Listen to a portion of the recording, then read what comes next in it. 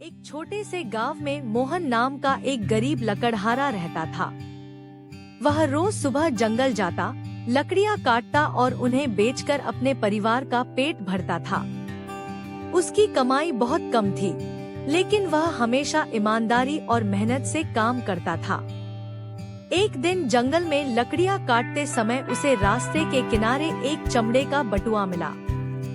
जब उसने बटुआ खोला तो उसमें बहुत सारे पैसे और कुछ जरूरी कागजात थे।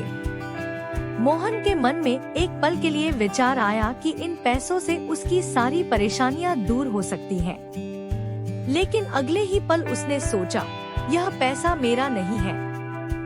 मोहन बटुआ लेकर गांव में पूछताछ करने लगा। कई घंटों की तलाश के बाद उसे पता चला कि वह बटुआ शहर के एक व्यापारी का है, जो गांव में किसी काम से आया था। व्यापारी अपने बटुए के खो जाने से बहुत परेशान था।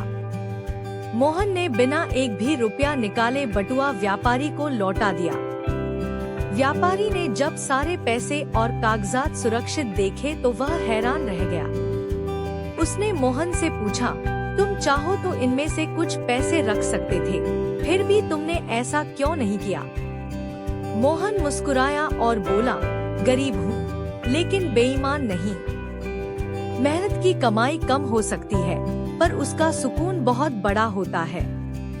व्यापारी मोहन की ईमानदारी से इतना प्रभावित हुआ कि उसने उसे अपने गोदाम में अच्छी नौकरी दे दी।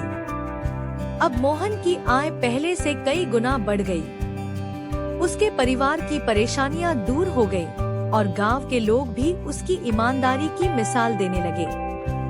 कहानी की सीख: ईमानदारी का फल देर से मिल सकता है, लेकिन जब मिलता है तो जीवन बदल देता है। सही रास्ता हमेशा कठिन लगता है, पर अंत में वही सबसे बड़ा पुरस्कार देता है।